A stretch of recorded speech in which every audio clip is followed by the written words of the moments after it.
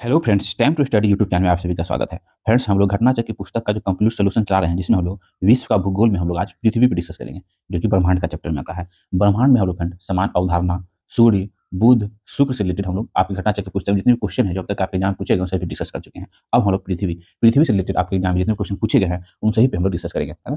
इस वीडियो में डिस्कस करेंगे। ठीक है, तो स्टार्ट करते हैं। आज का पहला क्वेश्चन है जो कि पृथ्वी से रिलेटेड है। निम्नलिखित में से किसने सबसे पहले यह कहा था कि पृथ्वी गोलाकार है? तो भैया अरस्तु ने यह सबसे पहले कहा था। यूनानी दार्शनिक अरस्तु ने अपनी पुस्तक ऑन ऑन द हेवेंस के द्वितीय खंड में 14वें अध्याय में स्पष्ट उल्लेख किया कि पृथ्वी गोलाकार है। और टॉमली तथा एस्ट्रेबो पहले पहले शताब्दी के तथा कोपरनिकस जो 15वीं शताब्दी के दार्शनिक हैं। अतः स्पष्ट है कि सबसे पहले अरस्तु ने यह उल्लेख किया कि पृथ्वी गोलाकार है। ठीक फ्रेंड्स, नेक्स्ट क्वेश्चन है। एक जीवधारी के रूप में पृथ्वी का वैज्ञानिक नाम है, तो फिर वो ग्रीन प्लेनेट। ठीक है, पृथ्वी पर जीवन इस पर पाए जाने वाली पारिस्थितिक के कारण है। पारिस्थितिक के कारण ही पृथ्वी ग्रह को ग्रीन प्लेनेट की संज्ञा दी गई है। नेक्स्ट क्वेश्चन है फ्रेंड, पृथ्वी का व्यास है, तो फ्रेंड पृथ्वी का व्यास जो है 12,800 किलोमीटर के आसपास है। टोटल देखेंगे तो 12,000, एग्जैक्ट देखा जाए तो 12,756 है। ठीक है, नेक्स्ट क्वेश्चन है फ्रेंड्स। कथन ये कह रहा है, पृथ्वी पर एक स्थान से बढ़ते हुए अक्षांश वाले दूसरे स्थान पर किसी वस्तु का वजन जो वो घट जाता है। ये गलत है। ठीक है, दूसरा कह रहा है, पृथ्वी एक परिशुद्ध गोला नहीं है। तो ये एक ये क्या है ना, परिशुद्ध गोला नहीं है, तो ये सही है ना। पूरा गोल पृथ्वी नहीं है। ठीक है, देखिए देखिए पृथ्वी के घूर्णन से उत्पन्न अपकेंद्रित बल विद्युत रेखा पर जो सर्वाधिक होता है। इसी बल के प्रभाव के फलस्वरूप विषुवत रेखा पर किसी पिंड का भार सबसे कम और अक्षांश की ओर बढ़ता जाता है तथा ध्रुवों पर सर्वाधिक होता है। किसी वस्तु का भार जो ध्रुव पर सर्वाधिक होता है। ठीक है, ये अक्षांश रेखा से है ना, ऊपर क्या होता है तो बढ़ते जाता है। ठीक है, तो पोल पे जो है वो मैक्सिमम होता है। ठीक है, तो कथन एक क्या हो गया, गलत हो गया इस वजह से। इस पर जो है वो एक ही रहता है, जैसे यहाँ पे है, इस अक्षांश पे है, तो अक्षांश के आस एक ही अक्षांश पे कोई वस्तु का भार उतना ही रहेगा। देशांतर में अंतर होता है, क्योंकि फिर वो पोल की तरफ जाते जाते क्या होता है, वस्तु का भार बढ़ते जाता है। इस वजह से पहला स्टेटमेंट गलत हो गया, कोई कंफ्यूजन नहीं। ठीक है, पृथ्वी की आकृति जो लधवक्ष गोलार्ध है, मतलब ओवलेट एस्पेरोड है, ये सर्वाधिक निकट है ना। पृथ्वी की अपनी विशेष आकृति के कारण इसे पृथ्वाकार भी कहा जाता है। अतः पृथ्वी जो है परिशुद्ध गोल नहीं है, अतः गलत है। सॉरी, हाँ ये गलत है और आर सही है, क्योंकि पृथ्वी जो है पृथ्वी परिशुद्ध गोल नहीं है। सॉरी, है ना, तो ऑप्शन डी हो जाएगा। नेक्स्ट क्वेश्चन है, पृथ्वी के तरल अभियांत्रण से भिन्न चंद्रमा का अभियांत्रण है, तो फिर वो श्यान द्रव। देखिए पृथ्वी के तरल अभियांत्रण के समान ही चंद्रमा का अभियांत्रण भी श्यान द्रव जैसा है। ठीक फ्रेंड्स, नेक्स्ट क्वेश्चन है, भू प्रॉपर्टी में बहुलता से पाए जाने वाला रासायनिक तत्व है ऑक्सीजन। भू पट्टी में बहुतायात से पाए जाने वाला रासायनिक तत्व जो ऑक्सीजन है, लगभग 46.60%। ठीक है, नेक्स्ट क्वेश्चन है, पृथ्वी तक पहुंचने के लिए सूर्य से चला प्रकाश समय लगता है, तो फिर वो कितना समय लगता है, तो 8 मिनट लगभग लगता है। देखिए सूर्य से प्रकाश को पृथ्वी तक पहुंचने में लगभग 8 मिनट 19 सेकेंड का समय लगता है। और सेकेंड में देखेंगे टोटल तो 499 सेकेंड लगता है। कभी कभी ऐसे भी क्वेश्चन पूछा जाता है। ठीक है, ध्यान रखेंगे। नेक्स्ट क्वेश्चन है फ्रेंड्स, सूर्य का प्रकाश पृथ्वी पर पहुंचता है 8 मिनट 19 सेकेंड में, जो कि ऑप्शन में नहीं दिया हुआ है, क्योंकि उपयुक्त में से कोई नहीं एक ऑप्शन है, इसलिए फ्रेंड आप लोग ई को लगा लेंगे। ठीक है, नेक्स्ट क्वेश्चन है, निम्नलिखित में से कौन सा एक तारा पृथ्वी के सर्वाधिक समीप है? तो फिर वो सूर्य जो फिर एक तारा है जो पृथ्वी के सर्वाधिक निकट है। उपयुक्त तारे में पृथ्वी के सर्वाधिक निकटतम तारा जो है सूर्य है, सन। नेक्स्ट क्वेश्चन है, निम्नलिखित में से कौन सा ग्रह पृथ्वी के निकट है? तो फिर मंगल ग्रह जो है वो पृथ्वी के निकट है। और फ्रेंड्स, पृथ्वी के सबसे नजदीक का ग्रह, तो पृथ्वी से सबसे नजदीक का ग्रह जो है वो इनमें से जो है वो शुक्र हो जाएगा, क्योंकि फ्रेंड पिछला क्वेश्चन में जो है वो शुक्र नहीं दिया हुआ था, इसलिए हम लोग मंगल को लगाए थे। ठीक है, आप कंफ्यूज नहीं करेंगे। नेक्स्ट क्वेश्चन है फ्रेंड्स, पृथ्वी को सूर्य की परिक्रमा करने में लगता है लगभग, तो फिर वो लगता है लगभग 365 दिन, है ना, 365.25 डेज समझ सकते हैं आप लोग। देखिए फ्रेंड्स, पृथ्वी को सूर्य की परिक्रमा करने में 365.25636 ऐसे ऐसे दे सकते हैं। कभी कभी एग्जाम में क्वेश्चन पूछा जा सकता है 365.25636 दिन या 365 दिन है, 365 दिन 6 घंटा 19 मिनट 9.51 सेकेंड का समय लगता है। इसे सौर वर्ष कहा जाता है। फ्रेंड्स, नेक्स्ट क्वेश्चन है फ्रेंड्स, अपने परिक्रमा पथ में पृथ्वी लगभग किस मध्य वेग से सूर्य का चक्कर लगाती है? तो वो 30 किलोमीटर प्रति सेकेंड। सूर्य जो सॉरी पृथ्वी सूर्य के चारों ओर जो है वो 29.78 किलोमीटर पर सेकेंड की वेग से परिक्रमा करती है। लगभग बोल सकते हैं 30 किलोमीटर प्रति सेकेंड की आवश्यकता। नेक्स्ट क्वेश्चन है फ्रेंड्स, पृथ्वी परिभ्रमण करती हुई प्रति मिनट करीब करीब कितनी दूरी तय कर लेता है? तो फ्रेंड पृथ्वी की विषुवत रेखा की परिधि लगभग जो है वो 4 लाख, ठीक है, 90.28 किलोमीटर है। ठीक है, इस दूरी को पृथ्वी अपनी धुरी पर 24 घंटे में तय कर लेती है। अर्थात पृथ्वी की अपनी धुरी का परिक्रमा की गति जो है वो, है ना, 4 लाख 90, है ना, 4,90,28 किलोमीटर प्रति 24 घंटा, इसको हो जाएगा वो 1670 किलोमीटर प्रति घंटा। इस आधार पर प्रति मिनट पृथ्वी की गति जो है वो कितनी जाती है, तो है ना 27.8 किलोमीटर प्रति मिनट, जो कि वह विकल्प में नहीं दिया हुआ है। फ्रेंड्स, नेक्स्ट क्वेश्चन है, पृथ्वी की भूमध्य रेखा इस परिधि है, तो पृथ्वी की भूमध्य रेखा परिधि जो वो 40,000 किलोमीटर के आसपास है। ठीक है, नेक्स्ट क्वेश्चन है, पृथ्वी की परिक्रमण धुरी सदा झुकी होती है, तो फिर वो दीर्घवृत्तीय धुरी से 23.5 डिग्री पर। पृथ्वी की परिभ्रमण धुरी सदा दीर्घवृत्तीय धुरी से 23.5 डिग्री पर झुकी होती है। इस झुकी हुई अक्ष के सहारे ही पृथ्वी अपनी धुरी का चक्कर लगाती है। इस अपने अक्ष का एक चक्कर पूरा करने में पृथ्वी को लगभग 24 घंटा का समय लगता है। नेक्स्ट क्वेश्चन है फ्रेंड, निम्नलिखित कथनों पर विचार करिए। पृथ्वी के चुंबकीय क्षेत्र की अक्ष पृथ्वी की भौगोलिक अक्ष पर 23.5 डिग्री अनाथ है, तो फिर ये क्या है ना, ये गलत है। ठीक है, पृथ्वी के चुंबकीय क्षेत्र का अक्ष अलग होता है, न कि 23.5 डिग्री पर, अतः कथन वो जो है वो क्या हो गया, गलत हो गया। अगला है, उत्तरी गोलार्ध में पृथ्वी का चुंबकीय ध्रुव उत्तरी कनाडा में एक प्रायद्वीप में है, फिर क्या ना, ये भी स्टेटमेंट गलत हो गया। देखिए, उत्तरी गोलार्ध में पृथ्वी का चुंबकीय उत्तरी ध्रुव कनाडा के क्वीन एलिजाबेथ द्वीप पर उत्तरी ध्रुव से 1300 किलोमीटर दूरी पर स्थित है, न कि प्रायद्वीप पर। यानी क्या है, दूसरा स्टेटमेंट क्या हो गया, ये भी गलत हो गया। अगला देखते हैं, पृथ्वी की चुंबकीय विषुवत रेखा दक्षिण भारत में थुम्बा से गुजरती है, तो फिर ये स्टेटमेंट क्या हुआ, सही हो गया। देखिए, पृथ्वी की चुंबकीय विषुवत रेखा दक्षिण भारत के थुम्बा के निकट से गुजरती है। ठीक है, पृथ्वी का चुंबकीय ध्रुव और चुंबकीय विषुवत रेखा गतिशील है। ठीक है, तो ऑप्शन डी जो वो सही है, बाकी सब गलत है। नेक्स्ट क्वेश्चन है, निम्न कथनों पर विचार कीजिए तथा नीचे दिए गए कूट का सही उत्तर चुनिए। तो एक एक करके हम लोग देखते हैं। पृथ्वी के अक्ष के उत्तरी उत्तरी सिरे को उत्तरी ध्रुव कहते हैं, ये उत्तरी ध्रुव हो गया ना, ये दक्षिणी ध्रुव हो गया। पहला स्टेटमेंट सही है। 45 डिग्री अक्षांश की लंबाई विषुवत रेखा की आधी होती है, तो ये 0 डिग्री अक्षांश हो गया। ठीक है, ये 45 डिग्री अक्षांश, तो कह रहा है कि 0 डिग्री अक्षांश रेखा की जो लंबाई होगी ये 45 की आधी होगी, मतलब विषुवत रेखा की आधी होगी 45 डिग्री अक्षांश रेखा, तो फिर ये गलत है। ठीक है, अगला देखते हैं, पृथ्वी के अक्ष की समांतरता है, पृथ्वी की अक्ष की समांतरता है, तो ये फिर ये सही है। अवसोर अवसोर अथवा पृथ्वी के परिभ्रमण की गति तीव्र होती है, नहीं, फिर ये गलत है। देखिए, अवसोर और अवसोर की घटना हम लोग पिछले क्वेश्चन में हम लोग देखे थे, ये सन है और पृथ्वी जो है दीर्घ वृत्ताकार में परिघटना करती है। पृथ्वी जब सूर्य के सबसे निकट होगा तो उस परिघटना को उपसोर कहते हैं। ठीक है, और जब पृथ्वी जो है सूर्य से सबसे अधिक दूरी पे होगा उस परिघटना को अपसोर कहते हैं।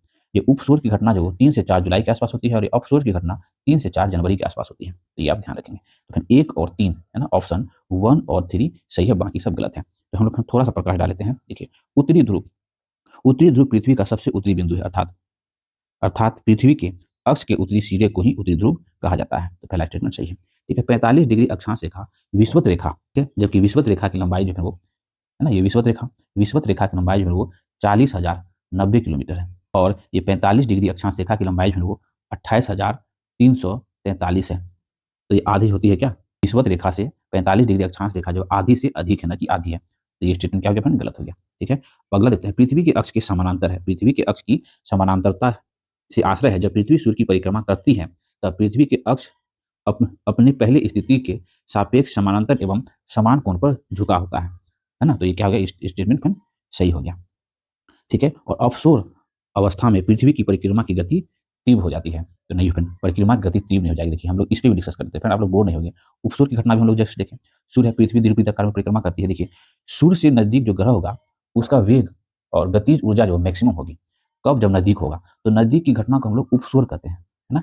तो उपसूर्य जब होगा तब पृथ्वी की परिभ्रमण गति तीव्र हो जाएगी, क्योंकि यह नजदीक है, और जैसे जैसे दूर होगा तो वो कम होती जाती है। तो ये दूर में है तो ये अपसूर्य की घटना है, तो अपसूर्य की घटना में परिघटना की गति तीव्र नहीं होगी, तो ये गलत हो जाए। तो फिर केवल ऑप्शन 1 और केवल ऑप्शन 3 सही है। थोड़ा सा लंबा डिस्कशन हो गया, लेकिन आप फ्रेंड्स समझ पा रहे हैं क्या कहा जा रहा है। ठीक है, नेक्स्ट क्वेश्चन है फ्रेंड्स, तो ऑप्शन क्या हो जाएगा, 1 और 3, तो ऑप्शन जो है वो डी आप लोग लगा सकते हैं, ऑप्शन डी। यूपीपीसीएस का एग्जाम पूछा गया क्वेश्चन है। नेक्स्ट क्वेश्चन है, दिन रात जिस कारण से होता है वह है, तो वो भू परिभ्रमण के कारण जो है वो दिन रात होता है। अपने अक्ष के, पृथ्वी हो गया, ठीक है, अपने अक्ष के सहारे पृथ्वी जो है वो अपना भी घूमता है और घूमते घूमते ही चक्कर लगाता है ना, घूर्णन परिभ्रमण करता है। भू परिवहन के कारण ही पृथ्वी को वो दिन रात होता है। ठीक है, ये अपने अक्ष पे घूमता है, इस वजह से दिन रात होता है, और जब पूरा चक्कर लगाता है तो वो साल हो जाता है। ठीक है, नेक्स्ट क्वेश्चन है फ्रेंड, जब दिन और रात की अवधि बराबर होती है तो सूर्य की किरणें सीधी पड़ती है, तो फिर वो सूर्य की किरणें जो वो सीधी, है ना, इसमें तो भूमध्य रेखा पे पड़ती है। देखिए मैंने ये पृथ्वी हो गया, ये 0 डिग्री अक्षांश रेखा, वेरी इंपॉर्टेंट, ये 23.5 डिग्री कर्क रेखा, ये 23.5 डिग्री दक्षिणी मकर रेखा। तो सूर्य उत्तरायण एक बार और दक्षिणायन होते रहता है, ठीक है, ये आप जान रहे होंगे। तो फिर सूर्य इक्वेटर पे जब होगा तो फिर सूर्य की स्थिति जब सॉरी पृथ्वी के बीचों बीच में होगी, तो जिस वर्ष में उत्तरी गोलार्ध में और दक्षिणी गोलार्ध में दिन और रात बराबर होता है, तो यह स्थिति कब बनती है, जो फिर सूर्य है इक्वेटर पे होता है, तो 21 मार्च और 23 सितंबर को जो है सूर्य है ना 0 डिग्री अक्षांश रेखा पे होता है, जिस वजह से उत्तरी गोलार्ध और दक्षिण गोलार्ध में दिन और रात की बराबर की स्थिति होती है, तो जब सूर्य है वो भूमध्य रेखा पे हो, ठीक है, कब होता है, तो 21 मार्च और 23 सितंबर को। नेक्स्ट क्वेश्चन है, उसी तरह फिर कर्क रेखा पे सूर्य कब होता है, तो 21 जून को, और 22 दिसंबर को मकर रेखा पे सूर्य लंबक चमकता है। नेक्स्ट क्वेश्चन है, मौसम परिवर्तन पृथ्वी की गति की विशिष्टता से होती है, तो फिर वो ऊपर बताए गए है ना ए बी के सम्मिलित प्रभाव, तो फिर वो मौसम परिवर्तन, तो सूर्य के चारों ओर के परिभ्रमण के कारण है ना, तो सूर्य है पृथ्वी जो है वो सूर्य के चारों ओर परिभ्रमण करता है, जिस वजह से क्या होता है, मौसम परिवर्तन होता है। उत्तरी ध्रुव पर शायद 23 डिग्री अक्षांश का झुकाव है ना, ध्रुवों पर जब वो शायद 23 डिग्री पृथ्वी का झुकाव जो है वो मौसम परिवर्तन का वो भी कारण थे। तो उपयुक्त ऊपर में जो दिया हुआ 1 और 2 इसके सम्मिलित प्रभाव से जो मौसम परिवर्तन पृथ्वी की गति की विशिष्टता से होती है, ठीक है फ्रेंड्स। नेक्स्ट क्वेश्चन है, मौसम बदलने का क्या कारण है, तो फिर पृथ्वी का सूर्य के चारों ओर चक्कर लगाना व अपने अक्ष पर झुका होना फिर वो मौसम बदलने का कारण है, ठीक है। नेक्स्ट देखिए बहुत अच्छा क्वेश्चन है, पृथ्वी के पृष्ठ पर किसी विशेष बिंदु पर विचार कीजिए दिन में, ठीक है, मतलब उदाहरण स्वरूप दिल्ली शहर दिन में, और उदाहरण स्वरूप दोपहर 12 बजे वहाँ का तापांतर सर्दियों की अपेक्षा गर्मियों में समान अधिक होगा, क्योंकि क्योंकि क्या होता है ऐसा, पृथ्वी पर गिरने वाली सूर्य की किरणें सर्दी में पृथ्वी के पृष्ठ की दिशा से अधिक झुकी होती है ना। जो पृथ्वी जो है वो सर्दियों में जो है क्या होता है ना, पृथ्वी का रोशनी सॉरी सन का लाइट है वो तिरछा होता है ना, वो लंबवत नहीं होता है, जिस वजह से वो तापांतर में अंतर देखा जाता है। नेक्स्ट क्वेश्चन है, अगर सूर्य और पृथ्वी के बीच की दूरी 1/4 कम कर दी जाए तो सबसे अधिक संभावना किस बात की होगी, तो फिर सबसे अधिक संभावना इस बात की होगी हमारे वर्ष की अवधि कम हो जाएगी। यदि पृथ्वी और सूर्य के बीच की दूरी 1/4 कम कर दी जाए तो सूर्य के चारों ओर घूमने वाले पृथ्वी की कक्षा जो है छोटी हो जाएगी, फलतः पृथ्वी पर जो हो जैसे 365.25 का दिन होता है, दिन होने वाला वर्ष छोटा हो जाएगा, ठीक है। पहला कथन कर रहा है फ्रेंड्स, कृत्रिम उपग्रह हमारे पृथ्वी से पूर्व दिशा में छोड़े जाते हैं, ऐसा कोई बात नहीं है, तो ये गलत है। फिर देखिए, अधिकांश कृत्रिम उपग्रह पृथ्वी से पूर्व दिशा की ओर प्रक्षेपित किए जाते हैं, क्योंकि इससे उपग्रह को निकास वेग मिल जाता है, लेकिन हमेशा और सभी उपग्रह पूर्व दिशा की ओर प्रक्षेपित नहीं किए जाते हैं। पहला स्टेटमेंट गलत हो गया, ठीक है। दूसरा कह रहा है, पृथ्वी पश्चिम से पूर्व की ओर चक्कर लगाती है और इसलिए उपग्रह को निकास वेग मिल जाता है, तो फिर दूसरा स्टेटमेंट क्या है ना, सही है। देखिए, ध्रुव की परिक्रमा लगाने वाले कुछ उपग्रह उत्तर व दक्षिण की ओर प्रक्षेपित की जाती है। दूसरा कह रहा है, पृथ्वी पश्चिम से पूर्व की ओर चक्कर लगाती है, बिल्कुल से पृथ्वी जो है वो पश्चिम से पूर्व की ओर चक्कर लगाती है और इसलिए उपग्रह को निकास वेग मिल जाता है। फिर दूसरा स्टेटमेंट सही है, पहला गलत है, तो इस हिसाब से ऑप्शन जो है इसका ऑप्शन डी हो जाएगा। ए गलत है परंतु आर सही है। नेक्स्ट क्वेश्चन है, पृथ्वी के परित घूमने वाले कृत्रिम उपग्रह से बाहर गिराई गई गेंद, तो फिर वो पृथ्वी के परित उपग्रह के समान आवर्तकार के साथ उसी की कक्षा में घूमती रहेगी। देखिए, पृथ्वी के चारों ओर घूमने वाली कृत्रिम उपग्रह के बाहर गिराए गए कोई वस्तु उपग्रह के समान ही पृथ्वी के चक्कर काटने लगेगा, ठीक है। नेक्स्ट क्वेश्चन है फ्रेंड्स, पृथ्वी की आंतरिक परत नीफे के निर्माण में किस तत्वों की प्रचुरता होती है। देखिए, पृथ्वी की संरचना देखकर इस तरह होती है, सियाल SiAl, ठीक है, उसके बाद सीमा SiMa, ठीक है, उसके बाद नीफे NeFa, है ना, NiFa।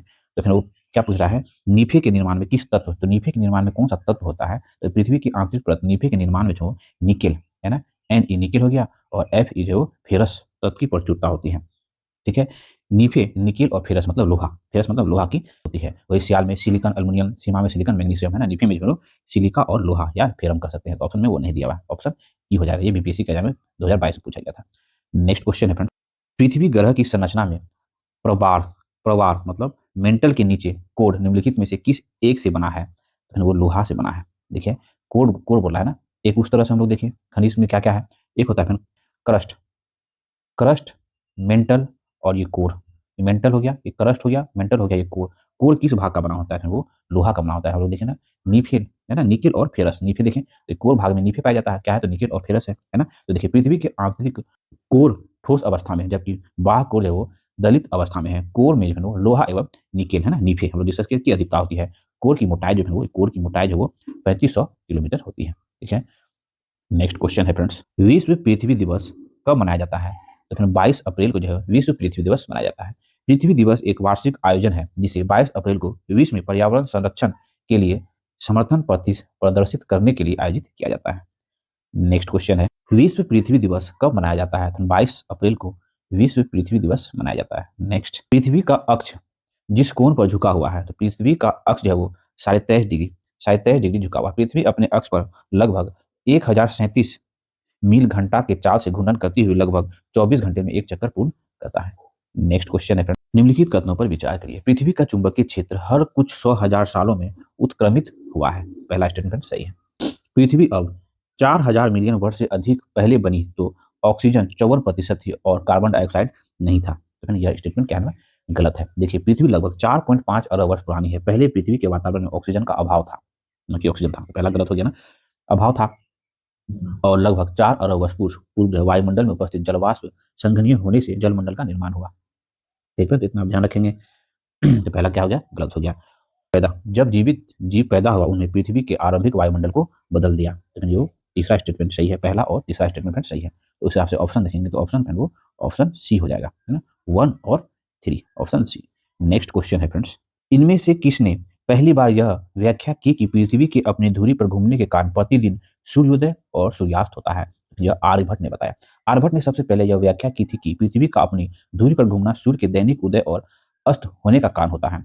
उनकी रचनाएं आर्य सिद्धांत है ना, सूर्य सिद्धांत को भी कहते हैं उसके, में संकलित हैं, है ना। भास्कर भेदाभेद वेदांत दर्शन के क्या कहते हैं, वेदांत दर्शन के प्रस्तावक थे। उन्होंने ब्रह्म सूत्र और शंकर के माया के सिद्धांत पर जो भाष्य लिखा है, वही बहार मिहिर ने उल्लेख किया कि वह संहिता, है ना, पंच संहिता शामिल है। ठीक है, तो आज हम लोग पृथ्वी से रिलेटेड आपकी घटना चक्र पुस्तक में जितने भी क्वेश्चन है जो अब तक आपके एग्जाम में पूछे गए उन सभी पे हम लोगों ने डिस्कस करने का प्रयास किया। मेरा प्रयास आपको अच्छा लगता हो तो प्लीज चैनल को लाइक करें, सब्सक्राइब करें, अपने साथ शेयर करें। मिलते हैं फिर नेक्स्ट वीडियो में।